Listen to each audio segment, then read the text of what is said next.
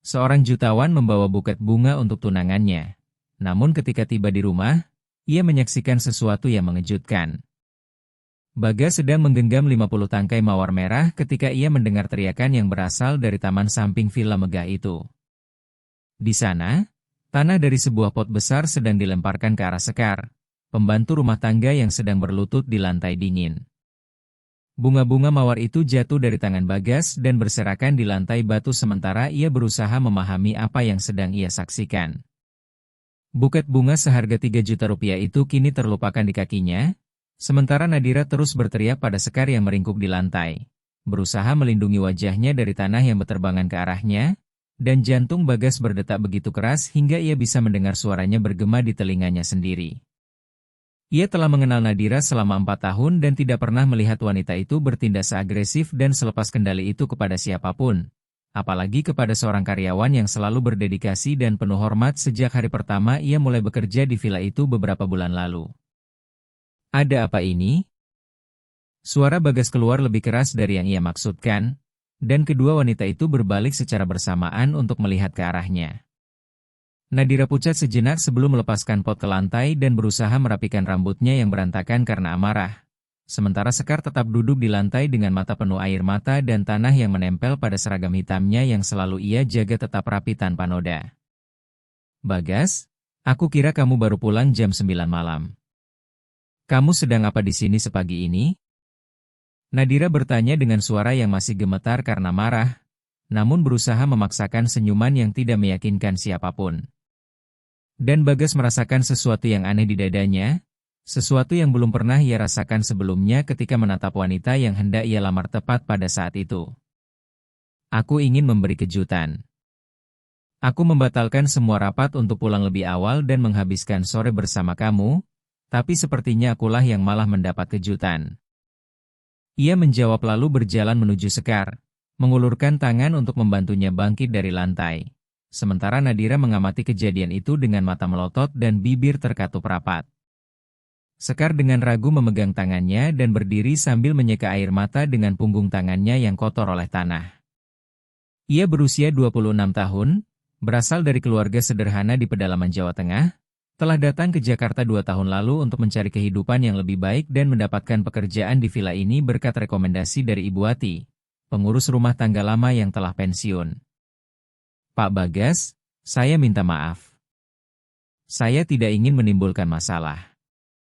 Saya hanya menyiram tanaman seperti yang Bu Nadira minta, lalu tidak sengaja menumpahkan sedikit air di dekat pintu masuk ruang tamu dan beliau menjadi sangat marah kepada saya.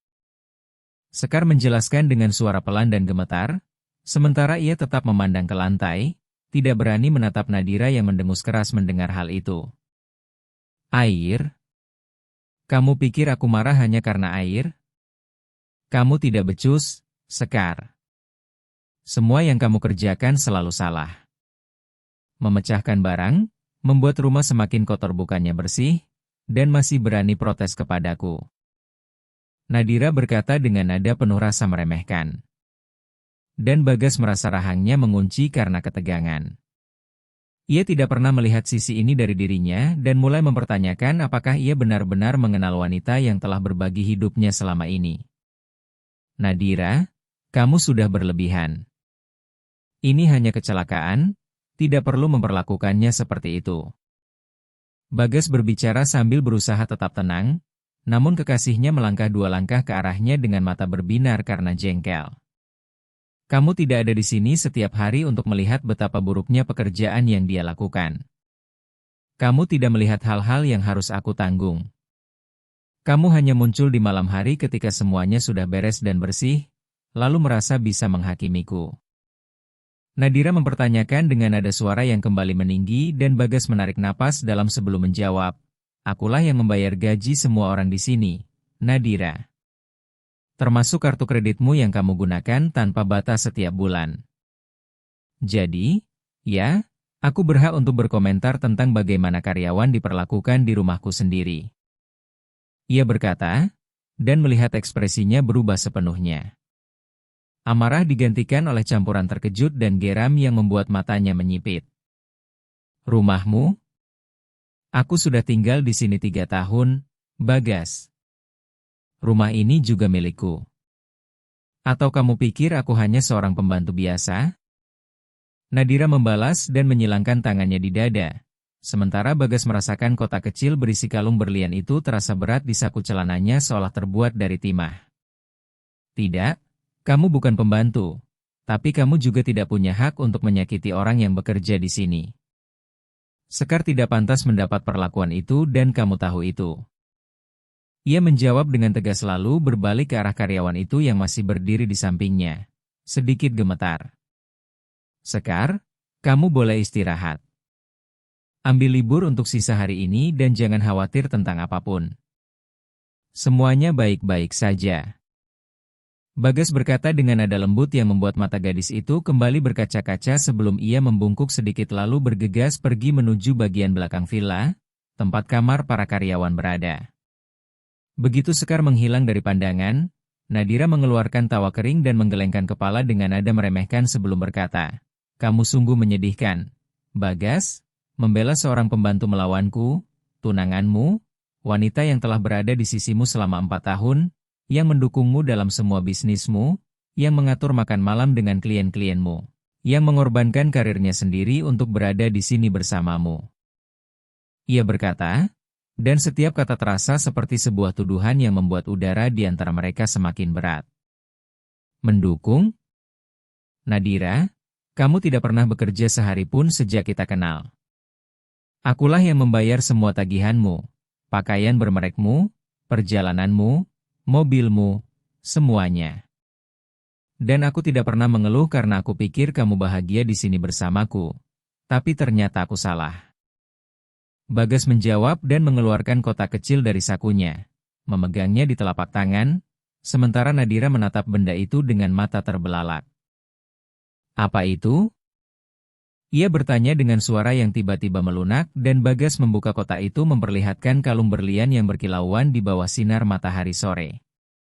Ini adalah perhiasan unik yang dibuat khusus oleh seorang pengrajin perhiasan dari Yogyakarta. Senilai 80 juta rupiah dan membutuhkan 3 minggu untuk diselesaikan. Ini adalah hadiah. Hari ini aku ingin melamarmu. Aku sudah merencanakan segalanya, makan malam, lilin-lilin, jus buah segar, tapi sekarang aku tidak yakin lagi apakah aku ingin menikahi orang yang kamu tunjukkan hari ini. Ia berkata lalu menutup kotak itu dengan bunyi klik yang membuat Nadira melangkah maju dengan kedua tangan terentang. Bagas, tunggu. Aku tidak bermaksud seperti itu. Aku sedang stres dan tegang. Kamu tahu bagaimana aku kalau semuanya tidak berjalan sesuai rencana. Tolong jangan rusak segalanya hanya karena seorang pembantu. Ia memohon, namun kata-kata itu justru membuat Bagas semakin yakin tentang apa yang perlu ia lakukan. Hanya karena seorang pembantu? Nadira, kamu tidak mengerti apa-apa. Ini bukan tentang Sekar. Ini tentang siapa dirimu yang sebenarnya ketika kamu pikir tidak ada yang melihat.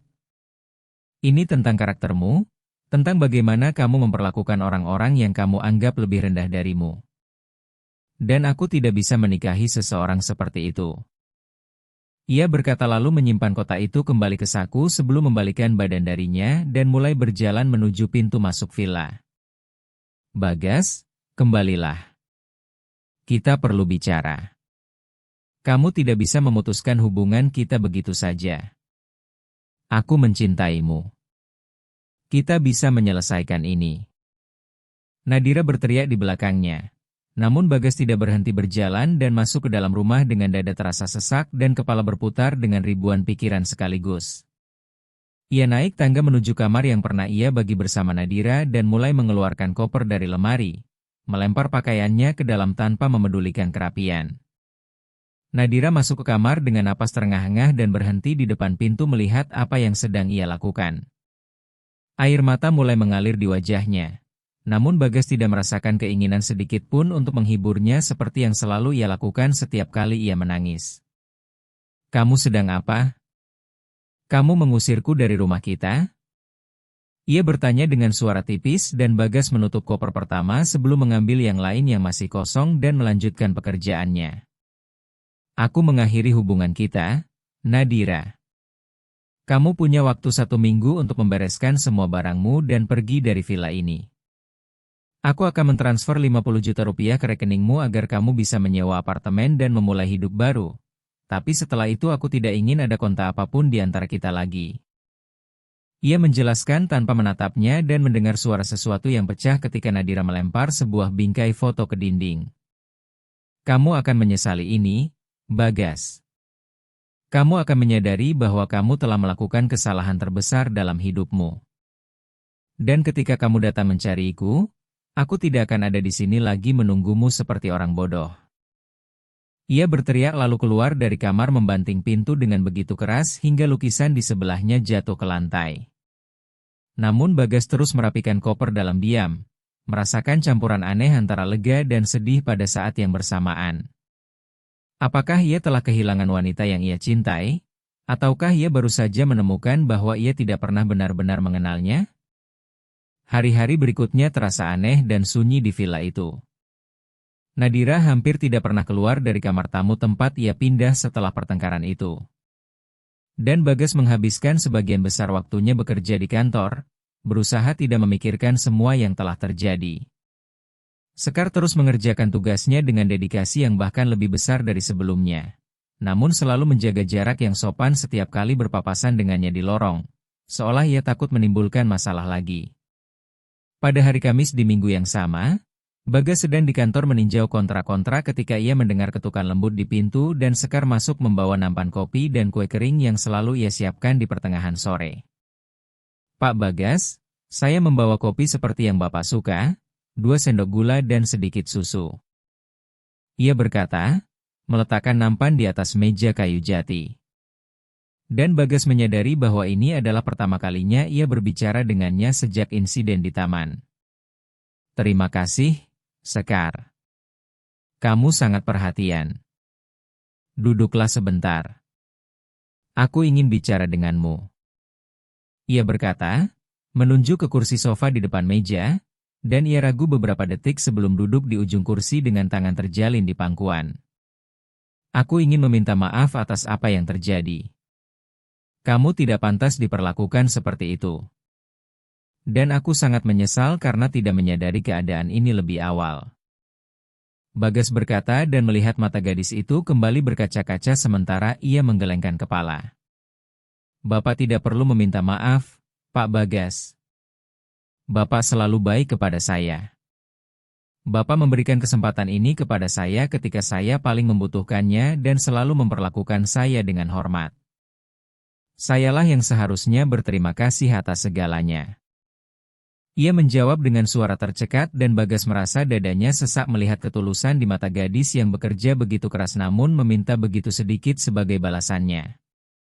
Apakah kamu punya keluarga, Sekar? Apakah ada seseorang yang menunggumu di suatu tempat? Ia bertanya dan melihatnya menundukkan mata sebelum menjawab. Saya punya ibu, tapi beliau meninggal tahun lalu karena sakit jantung. Ayah saya tidak pernah saya kenal dan saya tidak punya saudara. Selalu hanya saya dan ibu saya menghadapi dunia berdua. Beliau yang mengajarkan saya untuk bekerja keras dan tidak pernah menyerah pada mimpi, seberapapun sulitnya kehidupan. Sekar menjelaskan dan menyeka setetes air mata yang lolos dari sudut matanya. Bagas terdiam beberapa detik, mencerna informasi itu dan merasakan hubungan yang aneh dengan gadis ini yang juga memahami rasa sakit kehilangan orang yang dicintai. Ia telah kehilangan kedua orang tuanya dalam sebuah kecelakaan mobil ketika baru berusia 23 tahun dan membangun seluruh kerajaannya seorang diri dari nol. Aku mengerti rasanya sendirian di dunia ini, Sekar. Aku juga kehilangan kedua orang tuaku sangat awal dan tahu betapa sulitnya untuk terus melangkah ketika rasanya tidak ada lagi yang mendukungmu. Ia berkata dan melihat matanya membelalak karena terkejut. Saya tidak tahu itu, Pak Bagas. Saya turut berduka cita. Ia menjawab. Dan Bagas tersenyum kecil dengan sedih sebelum meneguk secangkir kopi tubruk yang nikmat seperti biasanya. Bulan-bulan berikutnya berlalu perlahan namun pasti. Nadira akhirnya meninggalkan villa, membawa semua barangnya dan hanya meninggalkan keheningan serta kekosongan yang aneh di belakangnya. Bagas menenggelamkan diri dalam pekerjaan, berusaha mengisi kekosongan itu dengan rapat-rapat dan proyek-proyek baru. Namun setiap kali pulang ke rumah di malam hari, ia selalu menemukan Sekar sedang menyelesaikan tugas-tugas hariannya dan keduanya mulai lebih sering berbincang. Percakapan-percakapan kecil tentang hari yang telah berlalu, tentang tanaman-tanaman di taman, tentang resep-resep baru yang ingin ia coba, dan tanpa disadari, percakapan-percakapan itu menjadi bagian favorit dari harinya. Pada suatu hari Jumat di bulan Agustus, Bagas pulang lebih awal dan menemukan Sekar di taman, menyiram tanaman-tanaman yang sama yang telah menyebabkan semua kekacauan beberapa bulan lalu. Ia berhenti dan mengamati beberapa saat cara lembut ia merawat setiap daun dan setiap bunga, seolah mereka adalah makhluk-makhluk berharga yang layak mendapat seluruh perhatian di dunia. Tanaman-tanamannya terlihat cantik. Ia berkata sambil mendekat, dan Sekar berbalik dengan senyuman lebar di wajahnya yang menerangi mata coklatnya. Terima kasih, Pak Bagas. Saya suka merawat mereka. Ibu saya selalu bilang bahwa tanaman itu seperti manusia, butuh air, cahaya, dan cinta untuk tumbuh kuat. Ia menjawab. Dan Bagas merasakan sesuatu yang berbeda di dadanya, sesuatu yang hangat dan menenangkan yang sudah lama tidak ia rasakan. Ibu, kamu sungguh bijaksana. Ia berkata, dan keduanya pun berdiri di sana berbincang tentang tanaman, tentang mimpi-mimpi, tentang kehidupan hingga matahari terbenam sepenuhnya dan bintang-bintang mulai bermunculan di langit malam yang gelap. Minggu-minggu berubah menjadi bulan-bulan dan Bagas menyadari bahwa ia sedang jatuh cinta kepada Sekar. Bukan karena kecantikan fisiknya yang sederhana namun tulus, melainkan karena kebaikan hatinya, kekuatannya, cara ia memandang dunia dengan mata penuh harapan, bahkan setelah melewati begitu banyak hal sulit dalam hidupnya. Ia mendapati dirinya memikirkan Sekar di tengah rapat-rapat, tersenyum ketika melihat pesan darinya yang menanyakan apakah ia akan makan malam di rumah, merindukan kehadirannya di akhir pekan ketika ia mengunjungi sepupunya yang tinggal di Bekasi.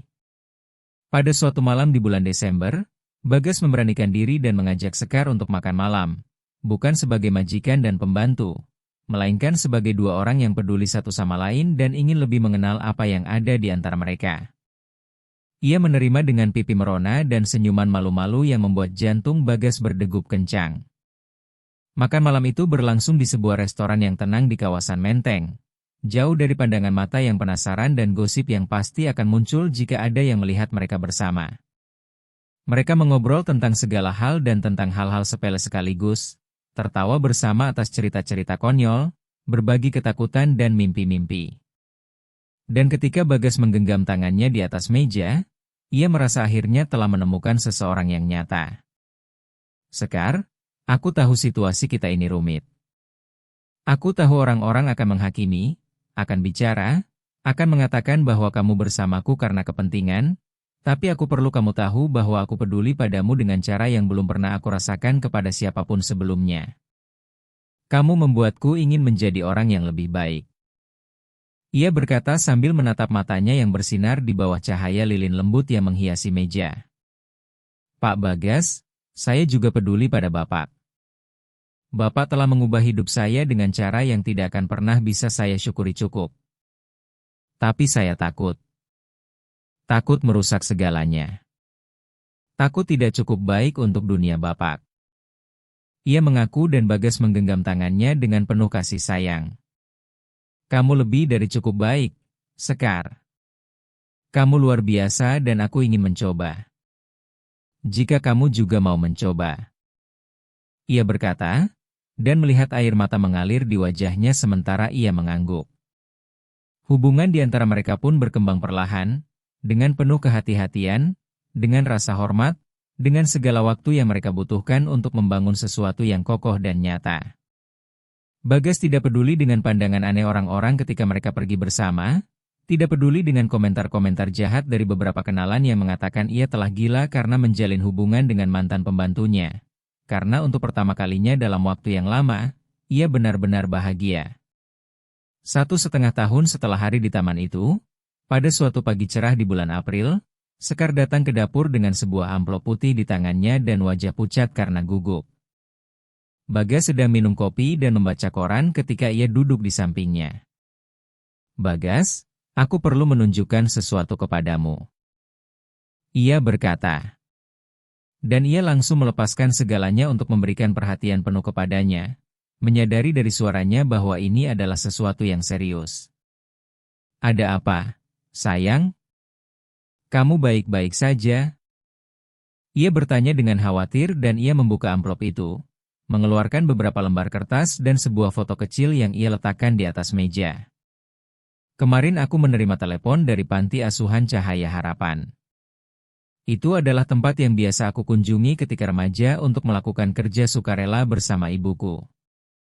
Ibu Sari mengatakan ada seorang anak laki-laki di sana.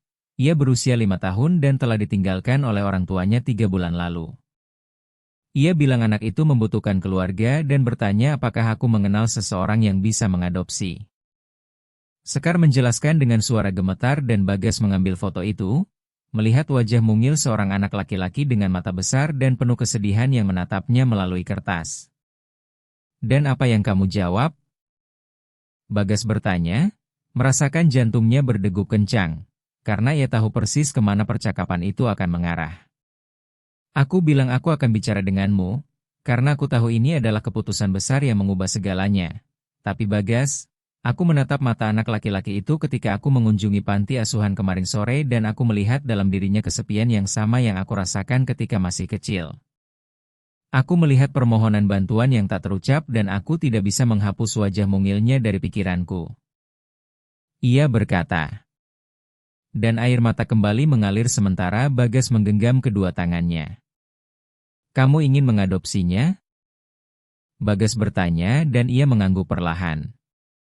Aku mau, tapi hanya jika kamu juga mau. Aku tidak akan melakukan ini sendirian. Ini harus menjadi keputusan kita bersama. Ia menjawab dan Bagas menatap foto anak laki-laki itu sekali lagi, merasakan sesuatu bergerak di dalam dadanya. Siapa namanya?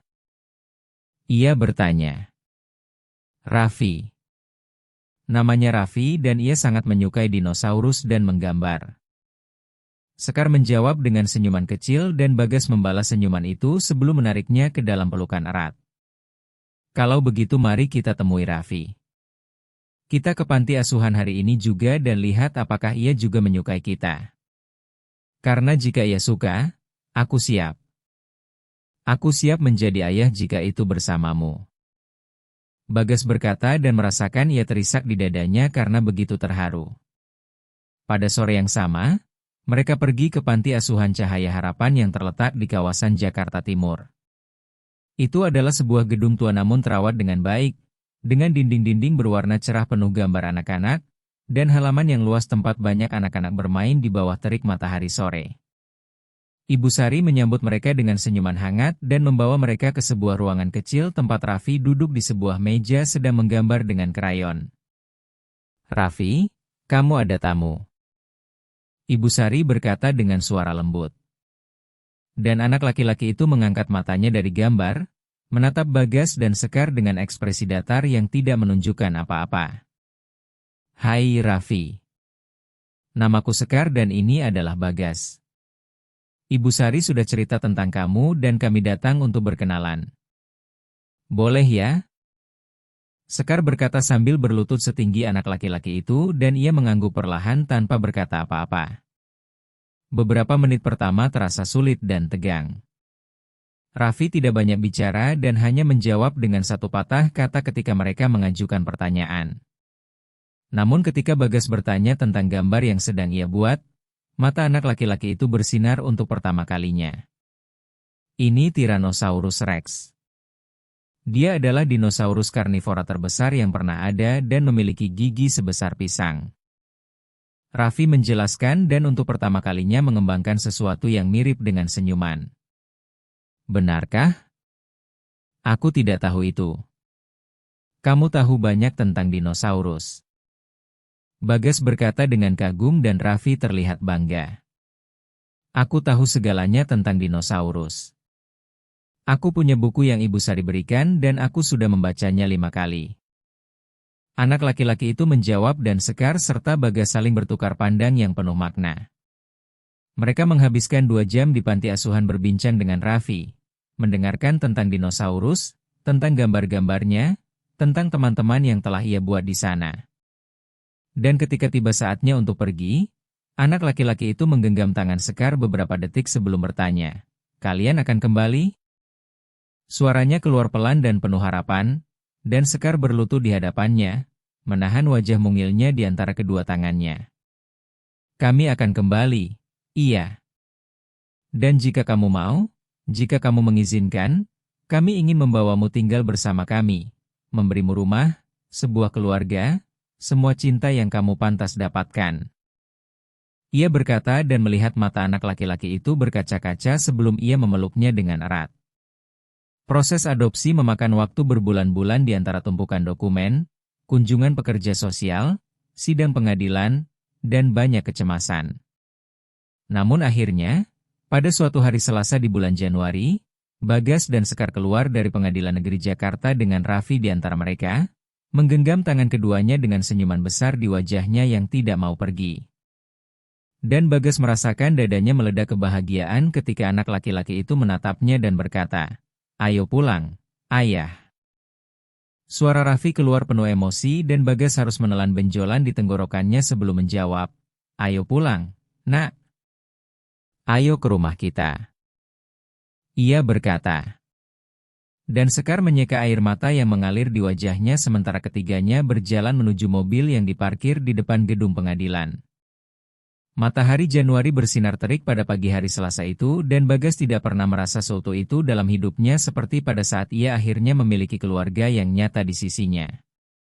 Dalam perjalanan pulang, Raffi tidak berhenti berbicara tentang semua hal yang ingin ia lakukan sekarang bahwa ia punya keluarga. Ia ingin pergi ke kebun binatang untuk melihat hewan-hewan dari dekat, ingin belajar berenang di kolam renang villa, ingin menanam sebuah pohon di taman untuk melihatnya tumbuh bersamanya. Ingin punya anjing untuk bermain setiap hari. Dan Bagas serta Sekar hanya mendengarkan dengan senyum lebar di wajah mereka. Berjanji akan mewujudkan semua mimpi-mimpi itu bersama. Ketika mereka tiba di villa, Raffi turun dari mobil dengan mata terbelalak menatap fasad rumah besar yang kini menjadi tempat tinggalnya. Bagas telah menyewa seorang dekorator dalam 2 minggu terakhir untuk mengubah salah satu kamar di lantai 2 menjadi kamar yang sempurna untuk seorang anak berusia 5 tahun yang terobsesi dengan dinosaurus. Dinding-dindingnya dicat dengan mural raksasa yang menampilkan berbagai spesies dinosaurus di habitat alami mereka. Tempat tidurnya berbentuk telur dinosaurus raksasa. Rak-raknya penuh dengan buku-buku tentang paleontologi dan boneka-boneka dinosaurus dari berbagai ukuran. Dan di sudut kamar terdapat meja gambar lengkap dengan semua perlengkapan yang mungkin dibutuhkan seorang anak untuk menuangkan imajinasinya. "Ini kamarmu, Raffi. Kami menyiapkan semuanya dengan penuh kasih sayang untukmu."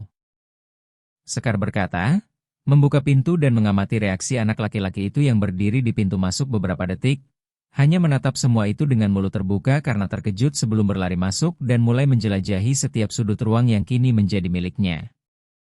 "Ini milikku? Semua ini benar-benar milikku?" Raffi bertanya sambil mengambil boneka Tyrannosaurus Rex yang ada di atas tempat tidur dan Bagas berlutut di sampingnya. "Semua ini milikmu, nak, dan masih banyak lagi. Semua yang kita miliki sekarang adalah milik kita. Milik keluarga kita." Ia menjawab. Dan Raffi melepaskan dinosaurus itu sebelum memeluk Bagas dengan begitu erat hingga hampir menumbangkan keduanya ke lantai. Dan Sekar bergabung dalam pelukan itu, membentuk lingkaran sempurna dari cinta dan rasa memiliki.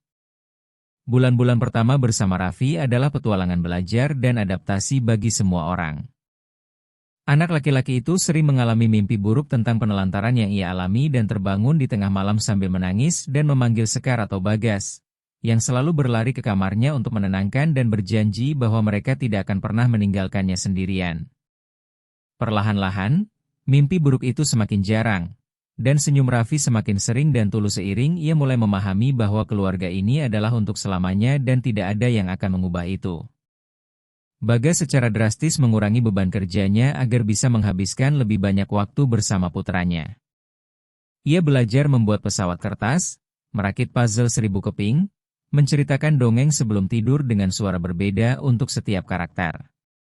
Dan ia menemukan bahwa menjadi seorang ayah jauh lebih memuaskan daripada menutup kesepakatan bisnis miliaran rupiah manapun yang pernah ia lakukan sepanjang karirnya.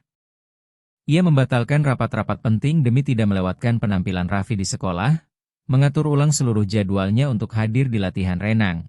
Dan untuk pertama kalinya dalam hidupnya, ia memahami apa artinya memiliki prioritas yang sesungguhnya. Sekar berkembang dalam peran sebagai seorang ibu dengan cara yang bahkan mengejutkan dirinya sendiri. Ia memiliki kesabaran tak terbatas untuk menjawab ribuan pertanyaan yang Raffi ajukan setiap hari tentang bagaimana dunia bekerja.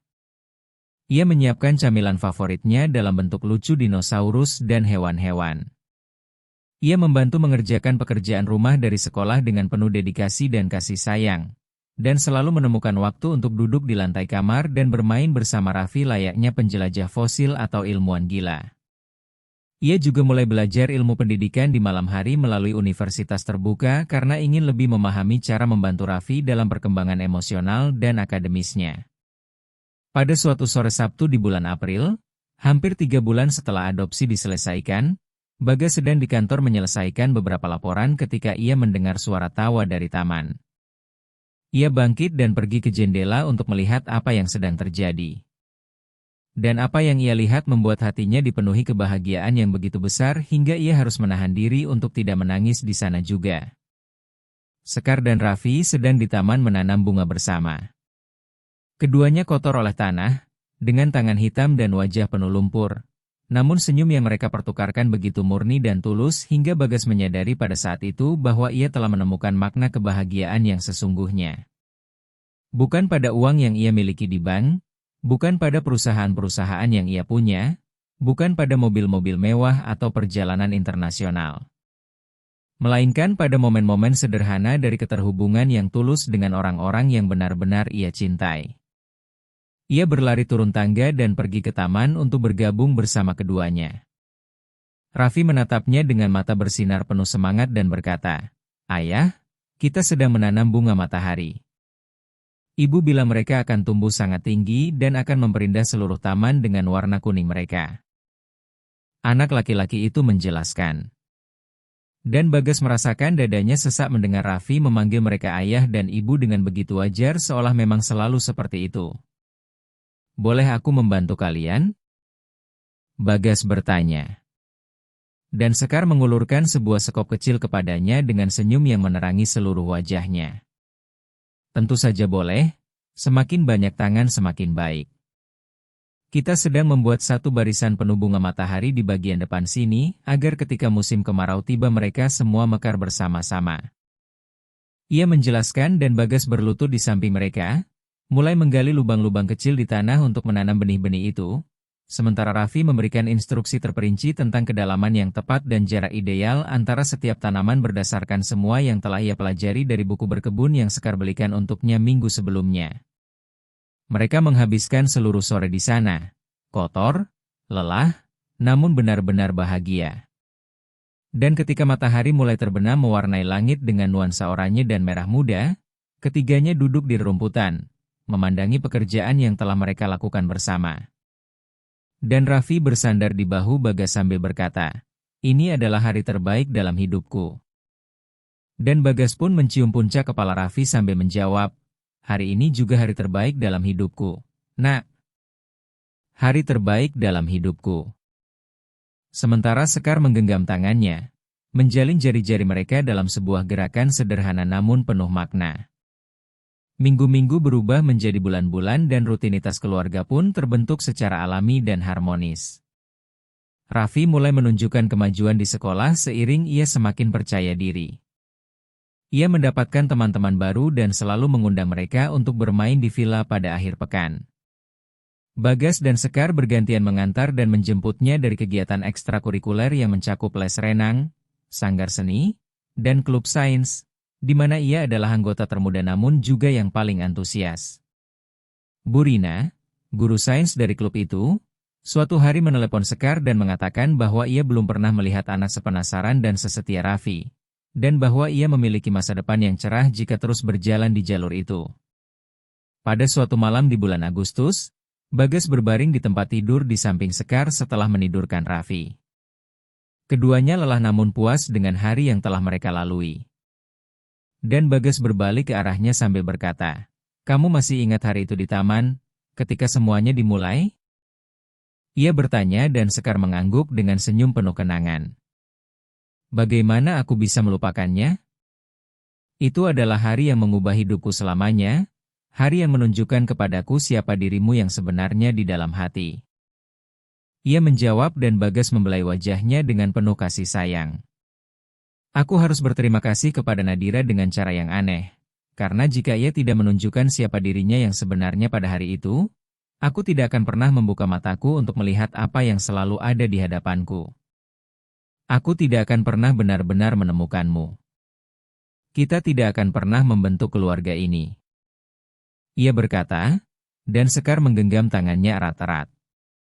Kadang-kadang hal-hal buruk terjadi untuk membimbing kita menuju hal-hal yang baik. Aku menghabiskan begitu banyak waktu dalam hidupku merasa bahwa aku tidak pantas mendapatkan lebih dari remah-remah, bahwa aku harus menerima perlakuan apapun karena itulah satu-satunya yang bisa aku dapatkan. Tapi kamu menunjukkan kepadaku bahwa aku pantas mendapat rasa hormat, cinta, sebuah keluarga, sebuah kehidupan yang utuh. Ia berkata dengan suara tercekat dan mata bersinar karena emosi. "Kamu pantas mendapatkan semua itu dan jauh lebih banyak lagi, Sekar. Kamu adalah wanita paling luar biasa yang pernah aku kenal.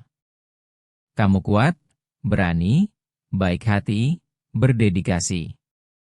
Kamu mengubah rumah ini menjadi rumah yang sesungguhnya. Kamu mengubah Raffi menjadi anak yang bahagia dan aman. Kamu mengubahku menjadi orang yang lebih baik."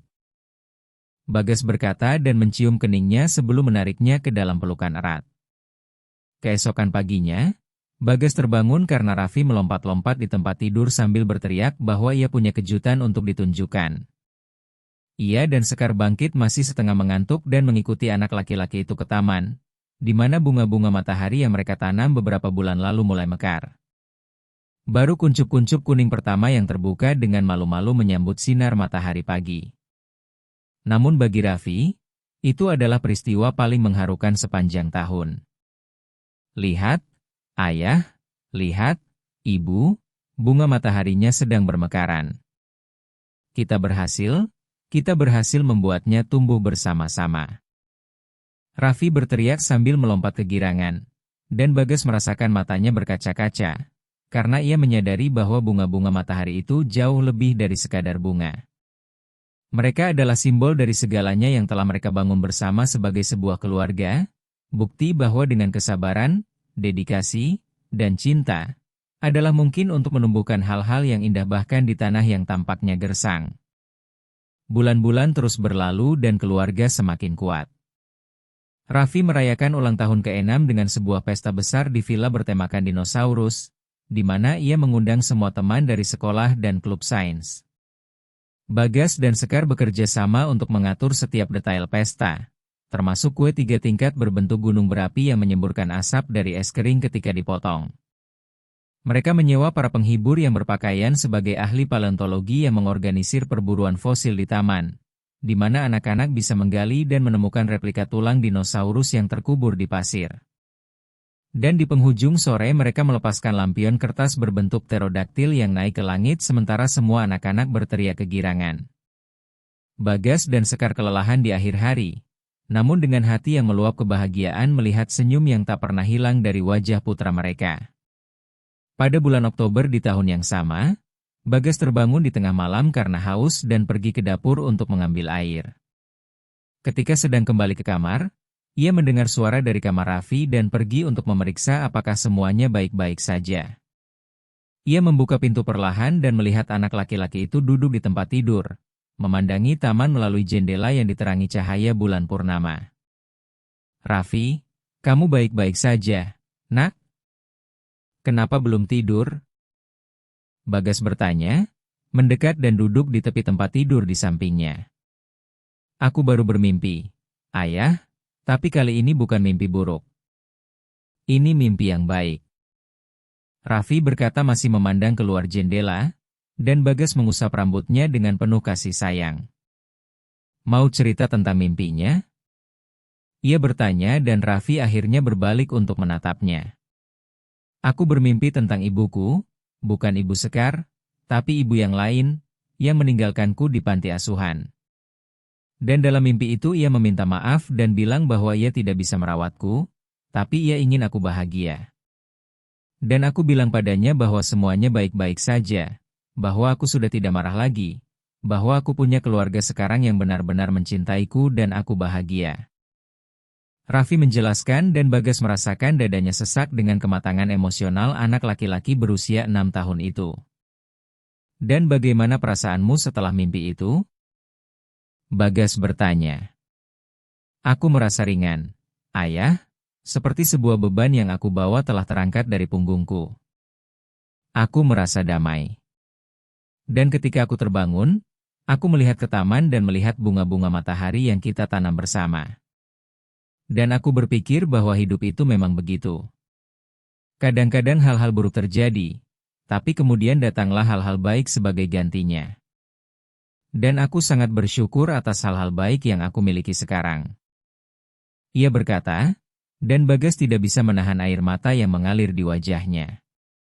Aku juga sangat bersyukur, Raffi. Sangat bersyukur memilikimu sebagai putraku, memiliki Ibu Sekar sebagai istriku, memiliki keluarga yang kita bangun bersama ini. Kalian berdua adalah hadiah terbaik yang pernah diberikan kehidupan kepadaku. Bagas berkata dan memeluk anak laki-laki itu dengan erat, merasakan hatinya meluap dengan cinta. Ayah, boleh aku bertanya sesuatu? Raffi bertanya masih bersandar di dada Bagas. Boleh bertanya sebanyak yang kamu mau, Nak? Ia menjawab. Ayah pikir kita akan selalu bersama? Ayah dan Ibu Sekar tidak akan pernah meninggalkanku? Suara Raffi keluar pelan dan penuh rasa tidak aman. Dan Bagas menahan wajah anak laki-laki itu di antara kedua tangannya, membuatnya menatap matanya. Raffi, ayah berjanji, kita akan selalu bersama selamanya. Aku dan Ibu Sekar mencintaimu lebih dari apapun di dunia ini. Dan tidak ada, sungguh tidak ada, yang akan membuat kami meninggalkanmu. Kamu adalah putra kami, milik kami selamanya. Dan keluarga yang sesungguhnya tidak pernah meninggalkan. Keluarga yang sesungguhnya tetap bersama di saat-saat baik dan di saat-saat sulit. Keluarga yang sesungguhnya saling mendukung dan saling mencintai tanpa syarat. Dan itulah yang kita adalah, sebuah keluarga yang sesungguhnya. Bagas berkata dan melihat mata Raffi berkaca-kaca sebelum ia memeluk Bagas kembali dan berbisik, aku mencintai kalian. Dan Bagas menjawab, kami juga mencintaimu, Nak, lebih dari yang bisa diungkapkan kata-kata. Dan keduanya pun berpelukan selama beberapa menit yang panjang hingga Raffi mulai mengantuk kembali. Dan Bagas membaringkannya di tempat tidur, menyelimutinya dengan selimut bermotif dinosaurus dan tetap duduk di sampingnya hingga ia yakin Raffi telah tertidur nyenyak. Ketika Bagas kembali ke kamar, Sekar sudah terbangun menunggunya. Ia telah mendengar sebagian percakapan dari lorong dan matanya merah karena terlalu banyak menangis. Kamu mendengar? Bagas bertanya dan ia mengangguk. Aku mendengar dan aku menyadari betapa beruntungnya kita. Betapa diberkatinya kita memiliki anak laki-laki itu dalam hidup kita. Ia mengajarkan kita begitu banyak tentang pengampunan, tentang ketangguhan, tentang cinta yang sejati setiap harinya. Sekar berkata dan Bagas berbaring di sampingnya, menariknya ke dalam pelukan. Kita menyelamatkannya, tapi dengan cara tertentu ia juga menyelamatkan kita. Ia memberi kita tujuan yang lebih besar. Ia menunjukkan kepada kita apa yang benar-benar penting dalam hidup. Bagas berkata dan Sekar mengangguk dengan kepala bersandar di dadanya. Tahun-tahun pun berlalu dan keluarga terus bertumbuh dalam cinta dan kebersamaan. Raffi tumbuh menjadi seorang remaja yang cerdas dan peka, yang mempertahankan kecintaannya pada dinosaurus namun juga mengembangkan minat pada astronomi dan robotika. Ia memenangkan penghargaan di sekolah karena nilai-nilai luar biasa dan proyek-proyek sains inovatif yang ia presentasikan di pameran sains. Namun yang lebih penting dari pencapaian akademis manapun adalah kenyataan bahwa ia telah tumbuh menjadi anak laki-laki yang bahagia, aman, dan penuh mimpi untuk masa depan. Ia secara terbuka berbicara tentang keinginannya menjadi paleontolog ketika dewasa dan berkeliling dunia menemukan fosil-fosil dan spesies yang punah yang bisa mengungkap rahasia tentang bagaimana kehidupan di bumi jutaan tahun lalu. Bagas dan Sekar menikah dalam sebuah upacara sederhana dan intim di villa itu sendiri, 3 tahun setelah adopsi Raffi selesai. Itu adalah hari yang cerah di musim kemarau, di mana bunga-bunga matahari di taman sedang mekar sepenuhnya, menciptakan pemandangan sempurna untuk perayaan cinta yang telah mereka bangun bersama. Raffi menjadi pembawa cincin dan memegang cincin-cincin pernikahan dengan kebanggaan yang terlihat jelas di wajahnya. Sementara ia menyaksikan kedua orang tuanya bertukar janji di hadapan segelintir teman dekat dan karyawan villa yang diundang. Sekar mengenakan kebaya putih sederhana namun elegan yang ia pilih sendiri, dipadukan dengan kain batik bermotif indah. Dan Bagas tidak bisa berhenti menatapnya, dengan mata bersinar karena emosi, sementara ia mengucapkan janji yang telah ia tulis sendiri pada malam sebelumnya. Sekar, ketika aku pertama kali mengenalmu, kamu hanyalah karyawan yang bekerja di rumahku, tapi kamu selalu jauh lebih dari itu. Kamu selalu menjadi cahaya yang menerangi hari-hari yang paling gelap sekalipun. Kebaikan hati yang mengingatkanku bahwa masih ada hal-hal baik di dunia ini. Kekuatan yang menginspirasi aku untuk menjadi orang yang lebih baik. Kamu mengajarkanku apa artinya mencintai dengan sungguh-sungguh, mencintai tanpa syarat, tanpa mengharapkan apapun sebagai balasannya, hanya mencintai karena orang itu ada dan membuat dunia menjadi tempat yang lebih baik. Kamu memberiku keluarga yang selalu aku impikan namun tidak pernah aku percaya bisa aku miliki. Kamu memberiku seorang putra yang luar biasa yang memenuhi hari-hari kita dengan kegembiraan dan tujuan. Kamu memberiku alasan untuk bangun setiap hari dengan senyum di wajah dan rasa syukur di hati. Aku berjanji untuk mencintaimu, menghormatimu, mendukungmu, dan melindungimu setiap hari dalam hidupku, di saat-saat bahagia maupun di saat-saat menyakitkan, dalam sehat maupun sakit, dalam kecukupan maupun kesederhanaan, hingga maut memisahkan kita. Dan bahkan setelah itu pun, cintaku kepadamu akan terus ada, karena cinta seperti yang kita miliki tidak pernah berakhir. Ia abadi. Bagas berkata, dan harus berhenti beberapa kali untuk mengendalikan emosi yang mengancam meledak dari dadanya, sementara Sekar menangis sesenggukan berusaha menyeka air mata yang terus berjatuhan. Ketika tiba giliran Sekar berbicara, ia menarik napas dalam beberapa kali sebelum berhasil memulai janji-janji yang telah ia hafalkan dengan sempurna. Bagas, aku menghabiskan sebagian besar hidupku merasa bahwa aku tidak pantas mendapatkan cinta yang sejati, merasa bahwa peranku di dunia adalah melayani orang lain dan merasa puas dengan sisa-sisa kasih sayang yang tersisa. Tapi kamu mengubah semua itu. Kamu menunjukkan kepadaku bahwa aku pantas dicintai sepenuhnya, bahwa aku pantas mendapat rasa hormat, perhatian, kemitraan. Kamu menunjukkan kepadaku bahwa aku tidak perlu mengecilkan diri untuk muat dalam kehidupan seseorang, karena orang yang tepat akan menerimaku persis seperti apa adanya aku, dengan segala kekurangan dan ketidaksempurnaku. Kamu memberiku rasa aman untuk bermimpi lagi, untuk percaya bahwa aku bisa memiliki sebuah keluarga, bahwa aku bisa menjadi seorang ibu, bahwa aku bisa membangun kehidupan yang bahagia bersama seseorang yang menghargaiku. Kamu memberiku Raffi, yang adalah berkah terbesar yang bisa aku terima. Kamu memberiku sebuah rumah yang berubah menjadi rumah tangga yang penuh cinta dan kenangan berharga. Aku berjanji untuk mencintaimu dengan segenap intensitas yang ada di dalam diriku, mendukungmu dalam semua mimpi dan tantanganmu, menghormatimu sebagai pria luar biasa yang kamu adalah, merawatmu di hari-hari baik dan di hari-hari buruk, membangun bersamamu sebuah kehidupan yang semakin indah dan bermakna, dan tidak pernah melupakan betapa istimewanya bisa bangun setiap hari di sisimu, mengetahui bahwa aku dicintai olehmu. Sekar mengakhiri janjinya dan Bagas menariknya untuk berciuman bahkan sebelum pemimpin upacara mengizinkan, sementara semua tamu bertepuk tangan dan tertawa melihat antusiasmenya. Raffi berlari dan memeluk kedua orang tuanya sekaligus, membentuk lingkaran cinta yang menjadi ciri khas keluarga mereka.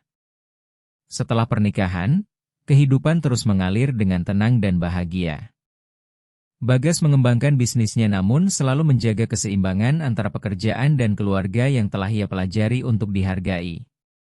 Sekar lulus dari Universitas Terbuka jurusan Ilmu Pendidikan dan mulai bekerja sebagai sukarelawan di Panti Asuhan Cahaya Harapan, membantu anak-anak lain yang berada dalam situasi yang sama seperti yang pernah dialami Raffi, dan setiap kali memungkinkan mereka membawa Raffi serta agar ia juga bisa berkontribusi dengan menyumbangkan mainan, buku-buku, dan terutama harapan kepada anak-anak yang masih menunggu sebuah keluarga. Pada suatu sore hari Minggu di bulan November, 10 tahun setelah hari bersejarah di taman yang mengubah segalanya, Bagas duduk di tempat yang sama di mana semuanya bermula.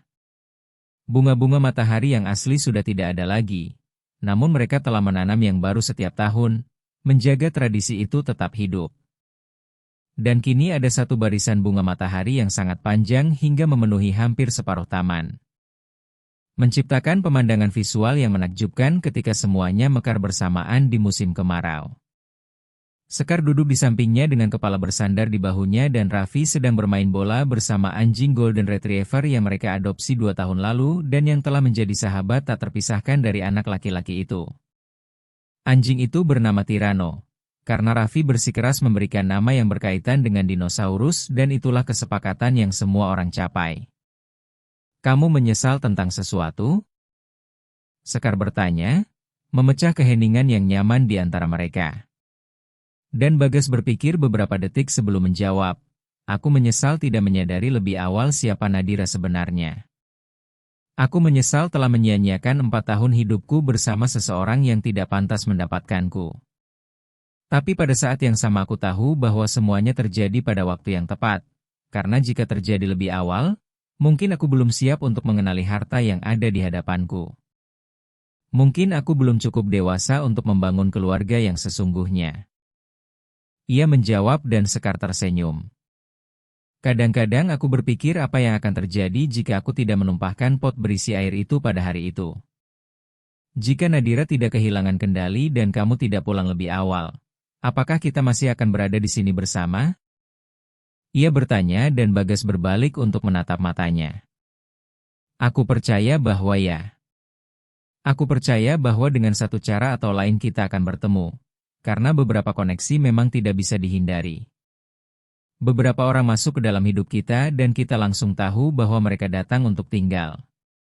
Begitulah yang terjadi antara aku dan kamu sejak awal. Aku hanya belum membuka mataku untuk melihat. Ia berkata dan mencium keningnya dengan penuh kasih sayang. Raffi berlari ke arahnya dengan napas terengah-engah dan berkeringat setelah bermain dengan anjing itu dan berbaring di rerumputan di samping keduanya. Ia kini berusia 15 tahun dan sedang dalam fase remaja di mana tubuh tumbuh lebih cepat dari yang bisa diikuti oleh koordinasi. Ia tinggi untuk usianya dan wajahnya penuh jerawat khas masa pubertas, namun matanya tetap memiliki kilatan rasa ingin tahu dan kebaikan yang selalu ada sejak ia masih kecil. Ayah, Ibu, Bu Rina bilang tahun depan kita akan melakukan karya wisata ke Museum Paleontologi di Bandung. Kalian bisa ikut bersamaku? Ia bertanya dengan mata bersinar penuh semangat dan Sekar serta Bagas saling bertukar pandang sebelum menjawab serentak.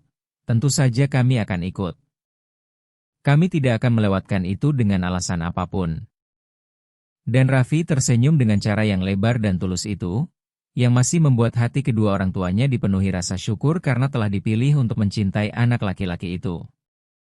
Ayah, aku ingin bicara sesuatu yang serius dengan kalian. Raffi berkata, tiba-tiba menjadi lebih serius, dan Bagas serta Sekar langsung memberikan perhatian penuh, karena mereka tahu bahwa ketika Raffi menggunakan nada itu karena ada sesuatu yang benar-benar penting untuk dikatakan. Bicaralah, nak. Kami di sini. Bagas mendorongnya dan Raffi menarik napas dalam sebelum memulai. Aku sudah banyak berpikir tentang kisahku, tentang dari mana aku berasal, tentang wanita yang meninggalkanku di panti asuhan, dan aku menyadari bahwa aku sudah lama menyimpan kemarahan padanya. Marah karena telah ditinggalkan. Tapi sekarang aku mengerti bahwa ia mungkin melakukan yang terbaik yang bisa ia lakukan dalam keadaan yang ia hadapi. Aku tidak tahu kisahnya, tidak tahu apa yang sedang ia alami, tidak tahu apa saja pilihan yang ia miliki. Dan aku memutuskan bahwa aku tidak mau lagi membawa kemarahan itu. Aku ingin memaafkannya sepenuhnya dan melangkah maju. Berfokus pada semua hal baik yang aku miliki dalam hidupku sekarang. Berfokus pada kalian, yang adalah orang tua terbaik yang bisa siapapun miliki. Berfokus pada keluarga yang kita bangun bersama.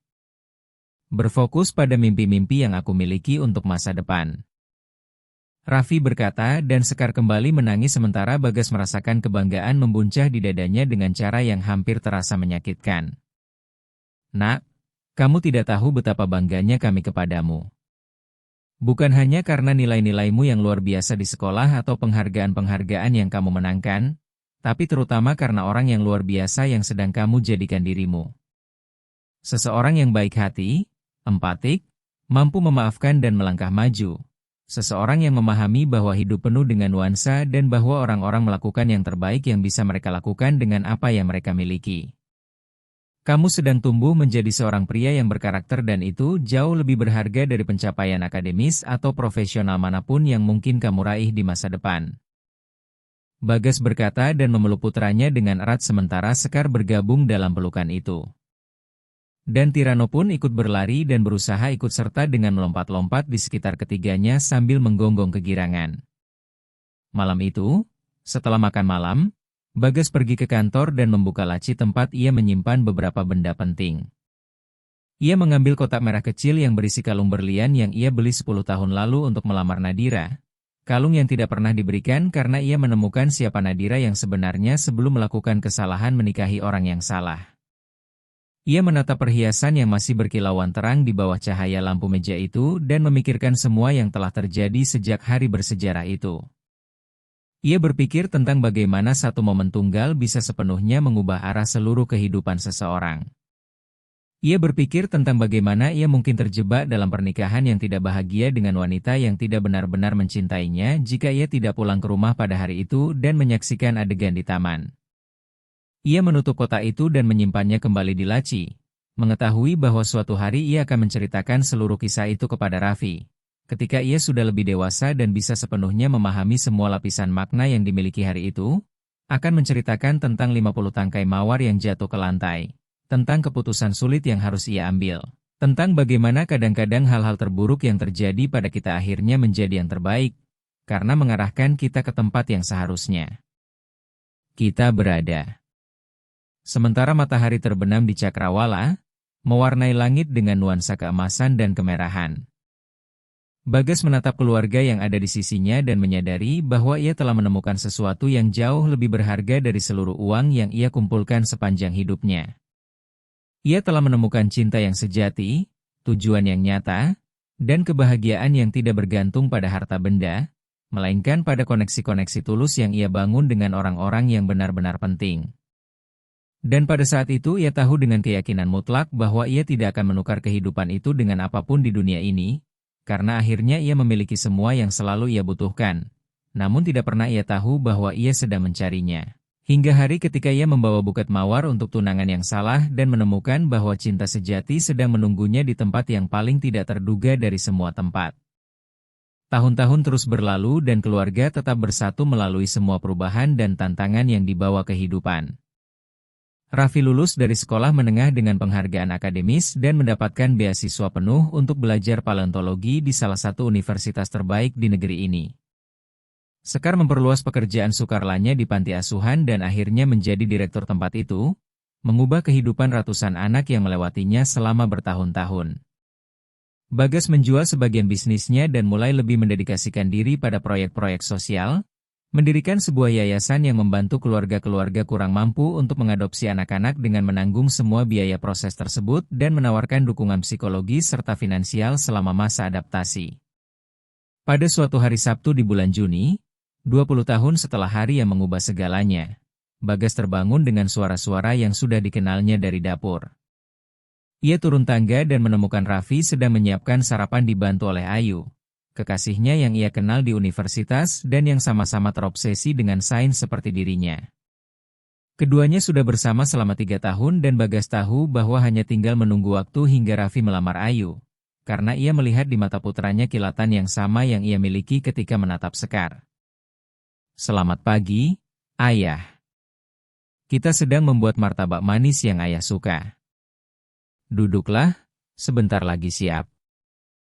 Raffi berkata dan Bagas duduk di meja mengamati putranya yang kini berusia 25 tahun dan merupakan seorang pria dewasa yang terpenuhi dan bahagia. Ia baru saja mempertahankan tesis masternya tentang spesies dinosaurus baru yang ditemukan di pedalaman Sulawesi Selatan dan sudah menerima tawaran untuk bekerja di museum dan universitas internasional. Namun belum memutuskan jalan mana yang akan ia tempuh. Sekar muncul di dapur beberapa menit kemudian mengenakan jubah biru yang Bagas berikan sebagai hadiah ulang tahun, dengan rambut yang masih berantakan karena baru bangun tidur. Ia kini berusia 61 tahun dan beberapa helai rambut putih mulai muncul di antara yang coklat. Namun bagi Bagas ia tetap menjadi wanita tercantik di dunia.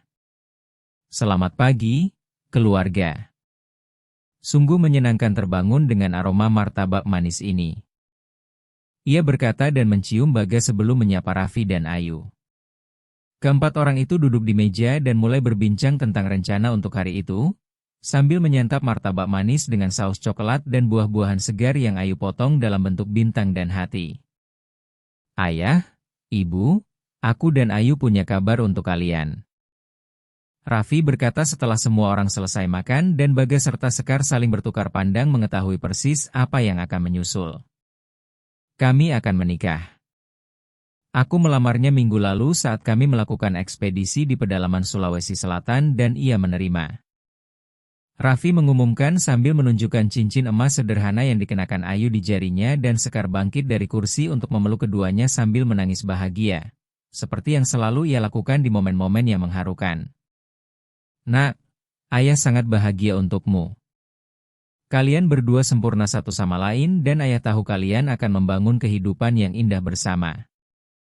Bagas berkata dan memeluk Raffi dengan erat, merasakan hatinya meluap dengan kebanggaan dan rasa syukur karena telah hidup cukup lama untuk menyaksikan putranya menemukan cinta sejati, seperti yang ia temukan bersama Sekar.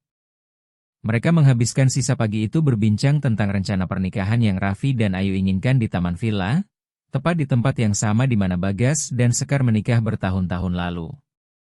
Mereka menginginkan sebuah upacara sederhana bersama teman-teman terdekat dan keluarga, menginginkan bunga-bunga matahari sedang mekar sepenuhnya menciptakan pemandangan sempurna untuk momen terpenting dalam hidup mereka. Dan Bagas berjanji akan mengurus sendiri agar semuanya sempurna pada hari istimewa itu. Sementara Raffi dan Ayu pergi berjalan-jalan bersama Tirano yang kini sudah tua dan lebih tenang namun masih menyukai jalan-jalan hariannya, Bagas dan Sekar duduk di taman, di bangku yang sama tempat mereka menghabiskan begitu banyak sore bersama selama bertahun-tahun. Kita berhasil, sayang. Kita membesarkan seorang putra yang luar biasa yang kini akan membangun keluarganya sendiri. Sekar berkata, menyandarkan kepalanya di bahu Bagas, dan ia melingkarkan lengannya di sekelilingnya, menariknya lebih dekat. Kita berhasil karena melakukan ini bersama-sama, karena selalu mengutamakan cinta, karena menunjukkan kepadanya melalui teladan apa itu keluarga yang sesungguhnya, apa itu mencintai tanpa syarat, apa itu hadir di momen-momen penting, apa itu menghargai hal-hal kecil yang membuat hidup layak untuk dijalani. Bagas menjawab dan mencium puncak kepalanya, menghirup aroma yang sudah dikenalnya yang tetap sama setelah sekian banyak tahun. Mereka berdiam diri di sana selama beberapa menit yang panjang, hanya menikmati kebersamaan satu sama lain dan mengamati bunga-bunga matahari yang berayun lembut di terpa angin pagi.